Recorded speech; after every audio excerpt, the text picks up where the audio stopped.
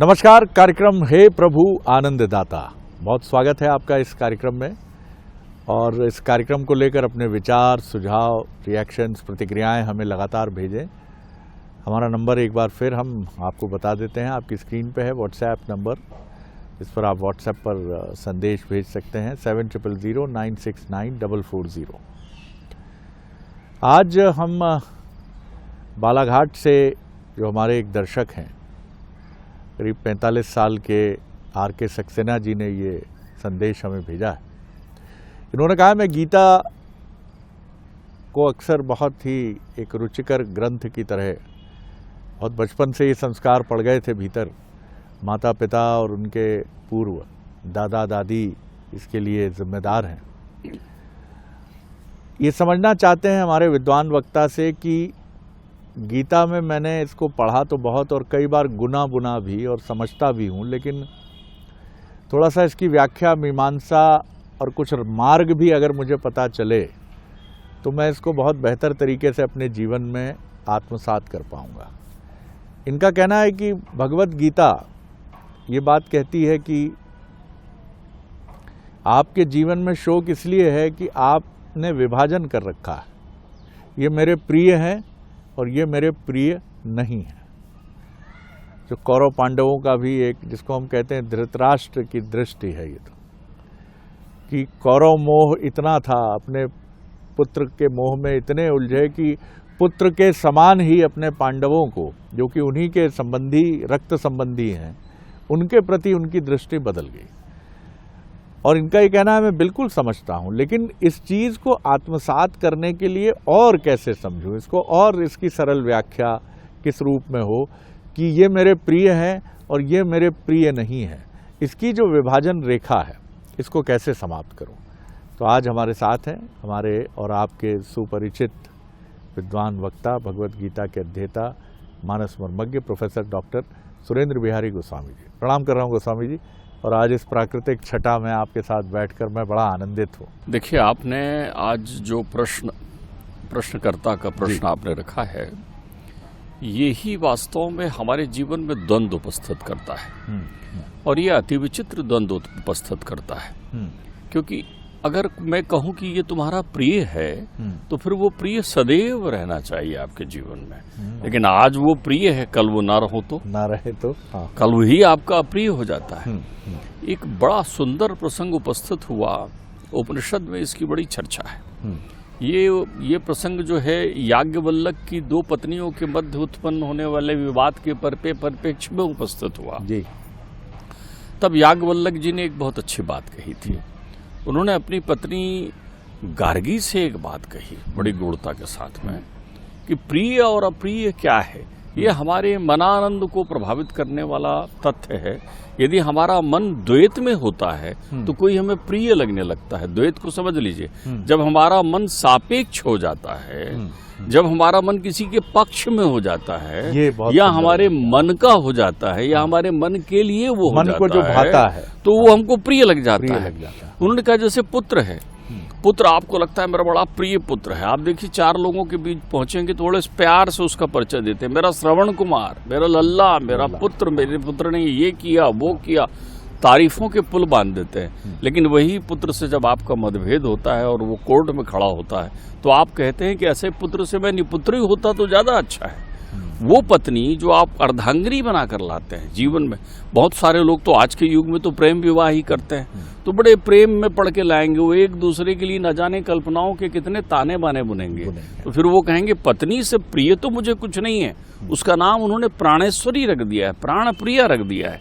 लेकिन जिस पल पत्नी से मतभेद होता है, उस पल आप खड़े रहते हैं चौपाल और पंचायत में और कोर्ट में कि मुझे ये होना नहीं।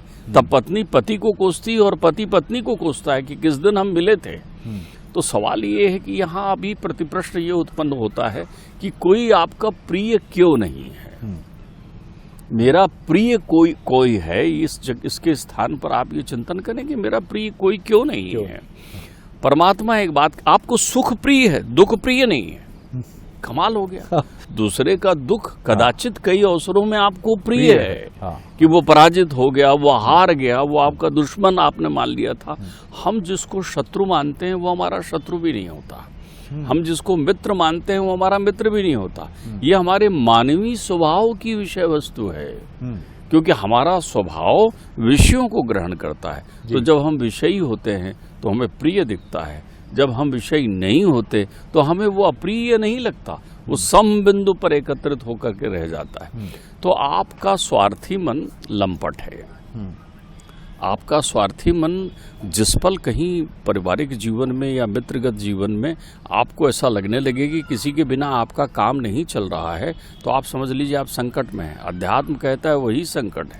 लेकिन डॉक्टर साहब, क्या ये एक बहुत समझने की एक बड़ी दिव्य अवस्था नहीं होगी कि मैं अपने पुत्र में और किसी अपरिचित व्यक्ति में एक संभाव विकसित कर लूं? क्या ये संभव है? देखिए, मैं बताऊं, बहुत सारे लोग ऐसे होते हैं जो कहते हैं ये मेरा पुत्रवत है। आप दूर क्यों जाते हैं? जिनके यहाँ ईश्वर की कृपा से संतान नहीं है, मेरे शब्दों पर आप फिर से गौर करेंगे। कृपा से संतान, ईश्वर की कृपा से ही संतान आता है, और ईश्वर की कृपा न होने पर संतान नहीं आता है। तो दोनों ही स्थिति समभाव की है, क्योंकि जिस संतान पर आप आसक्ति दे रहे हैं या जिस परिवार पर, वो यहीं छोड़ जाना है ना। तो मैं तो ये मानकर चलता हूँ कि ईश्वर की कृपा होती है तो आप गृहस्थ होते हैं, ईश्वर की कृपा नहीं होती तो आप गृहस्थ नहीं होते। दोनों ही कृपाएं हैं आपकी जिंदगी में। आपको दायित्व दिया है ईश्वर ने जिस भी स्वरूप को करने के लिए। तो कई बार ऐसा होता है ना कि आप किसी दूसरे के प्रति जो है पुत्र भाव जागृत ये बात कह के तो आपने एक संदेश और दे दिया कि अगर हम तथाकथित रूप से किसी चीज से वंचित हैं तो, लेकिन वंचित ये हमारी दृष्टि है तो वो कृपा है। देखिए, वंचित आप एक बात समझिए कि आप मनुष्य बन गए हैं, बस सारी वंचनाओं से मुक्त हैं आप, क्योंकि मनुष्य अपने आप में संपूर्ण होता है। अब इसमें जो कुछ भी आप जोड़ रहे हैं वो अपनी आसक्तियों को जोड़ते चले जा रहे हैं, अपनी आवश्यकता अनुसार, अपनी इच्छाओं के अनुसार, अपनी जरूरत के अनुसार, अपने परिवेश के अनुसार एक मनुष्य के रूप में आप जोड़ रहे हैं। कहीं कोई पानी जोड़ कर रखता है अपने घर में क्योंकि वहाँ पानी की समस्या, और कहीं कोई पानी बहाते रहता है क्योंकि वहाँ पानी की समस्या नहीं है। तो वंचित तो हम हैं नहीं, हम मनुष्य हैं, तो अपनी पूरी प्रक्रियाएं। बाबा तुलसी जो है इस आसक्ति के लिए एक विशेष बात कहते हैं। जो लोग किसी में प्रियता ढूंढते हैं, किसी में अप्रियता ढूंढते हैं, उनके संदर्भगत बाबा तुलसी कहते हैं कि इन सब का कारण 4 महान शत्रु हैं। 4 महान शत्रु है। महान इसलिए कि इनसे आप कभी विजय नहीं प्राप्त कर सकते, आपको सामंजस्य ही स्थापित करना पड़ेगा। यही वो कारण है जिससे आपको कोई व्यक्ति प्रिय लगता है और कोई व्यक्ति अप्रिय लगता है। काम, क्रोध, मद और लोभ, ये 4 आपके महान शत्रु हैं। तो वो कहते हैं कि यही आपको विद्वान बना सकता है और यही आपको मूर्ख भी बना सकता है। ध्यान रखिए, इसका अभाव या इसका संतुलन आपको विद्वान बना देता है, और इसकी बहुलता या इसका आपके जीवन में स्थायी प्रवेश आपको मूर्ख भी बना देता है। इसलिए वो चौपाई सुंदर कहते हैं, काम, क्रोध, मद, लोभ की, और जब लगी मन में खानी, और तब लगी पंडित मूर्खों दो एक समान। तो उस समय विद्वान और मूर्ख दोनों एक बराबर हो जाता है। क्यों?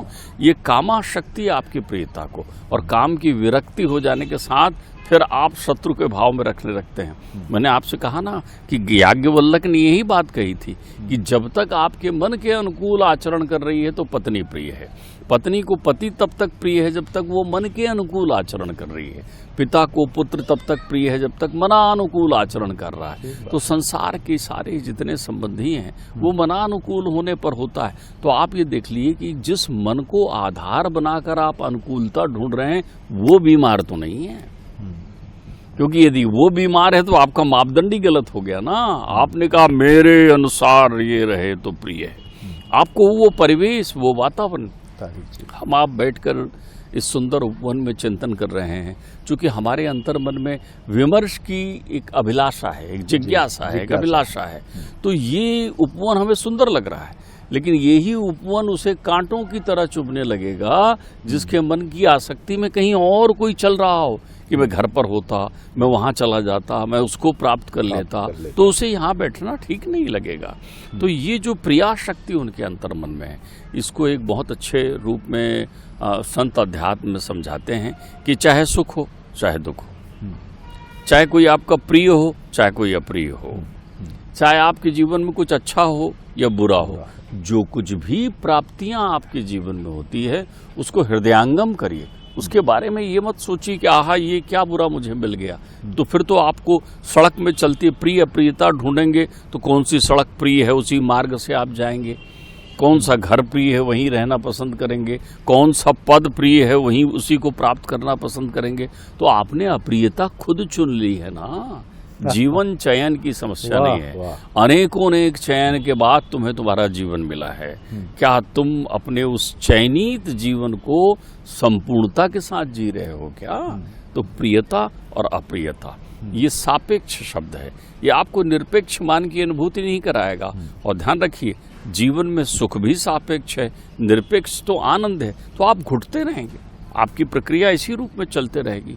आप मुझे बताएं, शिशुपाल और कृष्ण दोनों सगे फुफेरे भाई थे जी, सगे फुफेरे भाई। और आप देखिए जब शिशुपाल छोटे थे कृष्ण से, जब शिशुपाल का जन्म हुआ तो अपनी बुआ से मिलने गए। दमघोष के राजा के यहाँ उनकी बुआ ब्याही थी, दमघोष के पुत्र थे वो, चंदेरी नरेश थे दमघोष, उनके यहाँ गए। तो देखने गए कि मेरा छोटा भाई आया है। कृष्ण किशोर अवस्था में थे और वहाँ पहुँचे देखने के लिए। तो उसी दरमियान उनका नामकरण संस्कार हो रहा था, ध्यान रखिएगा। वो पल्ले में लेटे हुए थे। कृष्ण ने आनंद से शिशुपाल को गोद में उठाया, देखा, बोले साहब ये तो उनके भैया आए हुए हैं, भगवान कृष्ण चले आ रहे हैं। भगवान तो शब्द मैं उपयोग कर रहा हूँ। बुआ ने कहा मुझे बहुत अच्छा लगा बेटा तुम आए हो। तो उसका नामकरण संस्कार होने, नामकरण संस्कार के साथ पुराने समय में हमारे यहाँ संस्कारों का इसलिए महत्व है जी। तो नामकरण संस्कार के साथ ये उनके भविष्य फल पर भी चिंतन किया जाता था। वो प्रकांड त्रिकालदर्शी विद्वान ज्योतिष के अंक गणितों को विश्लेषित करके बताता था कि इसका क्या होगा भविष्य। तो उन्होंने देखा, उन्होंने कहा ये तो बड़ा प्रतापी होगा, सूरवान होगा, लेकिन ये इसमें ईर्ष्या जो है स्थायी भाव में विद्यमान रहेगी। परम ईर्ष्यी होगा ये व्यक्ति, ये प्रतिस्पर्धी को बिल्कुल पचा नहीं पाएगा अपनी जगह। बोले महाराज ये दीर्घायु तो होगा ना? बोले इसकी उम्र इन पर निर्भर है जिन्होंने गोद पर उनको उठा रखा है। बोले कैसे? बोले जब तक ये इनकी मृत्यु कृष्ण से ही है, यही इसके मृत्यु के धारक हैं। ये ज्योतिष बता रहा है कृष्ण वही है, शिशुपाल को गोद में लिए हुए है और उन्हें बता रहा है। तो बुआ कहती अरे ये अपने भाई को क्यों वध करेगा? बोले कृष्ण क्या तुम इसे वध करोगे? बोले बिल्कुल नहीं माँ। बोले मुझे वचन दो। तो कृष्ण ने सहज भाव से कहा माँ एक तो छोड़ो, मैं इसके 100 अपराध क्षमा कर दूंगा। 100 अपराध भी करेगा तो मैं इसका वध नहीं करूंगा, मेरा छोटा भाई है। इसलिए तो कृष्ण जो है उस राजसूय यज्ञ की सभा में सावधान करते हैं शिशुपाल को। शिशुपाल का पूरा जीवन द्वेष में बीतता है। अब देखिए यहाँ अप्रिय क्यों है कृष्ण उसको? कृष्ण ने क्या किया है उसके जीवन में? कृष्ण तो भाई हैं उसके, लेकिन उसके अंतर्मन में विषय को स्वीकार कर लिया है उसने। तो बहुत से ऐसे व्यक्ति होते हैं जो अपने जीवन में एक क्रम को स्वीकार कर लेते हैं। चाहे काम को स्वीकार कर लें तो उनको काम प्रियता अच्छी लगती है, कि चाहे क्रोध को स्वीकार कर लें तो उन्हें सदैव क्रोध अच्छा लगता है। जो उनके क्रोध के सामने आए वो उनका शत्रु, जिसने उनसे कह दिया कि आपका नाराज होना ठीक नहीं है, आप क्रोधी हैं, जिसने उन्हें गलत मद उनको ये कह दो कि आप गलत हैं तो आप अप्रिय हो गए। कैसे कह दिया आपकी पड़ोसी से बात नहीं होती क्योंकि किसी दिन उसने आपके अभिमान पर चोट कर दी। लोभ आपका अनंत है, सब चाहिए आपको, सब आपके पास चाहिए। तो कृष्ण सावधान करते हैं राजसूय यज्ञ में कि सावधान शिशुपाल, तुम्हारी ये 97 अपराध हो चुके हैं, क्योंकि अब शब्दों का प्रदान करना भी अपराध है। तो वो कहते हैं अरे तू क्या मुझसे कह रहा है गोपाल, ये गाय चराने वाला, और 3 और उनको अब शब्द व्यक्त करते हैं। तो कृष्ण सुदर्शन से उनका चिरच्छेदन करते हैं। तो प्रश्न ये है कि बहुत बार हमारी अप्रियता पर हम आत्मचिंतन नहीं करते कि हमें कोई अप्रिय क्यों लग रहा है। ये हमें अपने आप से चिंतन करना चाहिए। जब दुनिया में सारे लोग आपको शरद जी दूषित और खराब लगने लगें, अच्छे ना लगें, अपने परिवार के सब लोग आपको बैरी लगने लगें, तो आपको आत्मचिंतन करना चाहिए। तो मनुष्य की प्रियता और अप्रियता उसके मन के वैमनस्यता की उपज है, उसके मन में विकार की उपज है। वस्तुतः न कोई प्रिय होता न कोई अप्रिय होता। वास्तव में जो परम प्रिय होता है वो परम पिता होता है। जिसको हम ध्यान ही नहीं देते। पिता प्रिय और अप्रिय हो सकता है, लेकिन वो परम पिता ने इस शरीर को भेजा है, तो क्या आप अपने उत्तरदायित्वों का निष्पादन कर रहे हैं? अगर आप अपने उत्तरदायित्वों का निष्पादन अच्छे से कर रहे हैं तो आपको इस ओर ध्यान देने का ही अवसर नहीं मिलेगा कि प्रियता क्या है और अप्रियता क्या है। वाह वाह वाह, बड़ा आनंद आया डॉक्टर साहब। तो आपने देखा कि ये जो वर्गीकरण हम कर बैठते हैं प्रिय और अप्रिय का, ये हमारे दुख का, हमारे शोक का एक बहुत बड़ा कारण बन जाता है, क्योंकि इस वर्गीकरण के तहत हम उन चीज़ों की तरफ चल निकलते हैं जो हमारे हाथ में नहीं, जिनकी तरफ डॉक्टर साहब ने बहुत संकेत किया साफ तौर पर कि पद है या फिर जो कुछ भी जीवन में चल रहा है वो निरंतर क्या किसी के जीवन में चला है? जो नीचे था वो ऊपर की तरफ आया, कई बार जो ऊपर था वो नीचे की तरफ आया, नीचे वाला ऊपर पहुंचा तो उसे सुख की अनुभूति हुई, ऊपर वाला नीचे आया तो उसे दुख की अनुभूति हुई, और जो नीचे से बहुत जतन करके ऊपर आया है वो भी चीज़ों को अपने साथ साध नहीं पाता है। खासतौर से जीवन के कई पक्ष हैं जिनकी तरफ आप जब बढ़ते हैं तो फिर प्रिय और अप्रिय के वर्गीकरण में उलझ ही जाते हैं।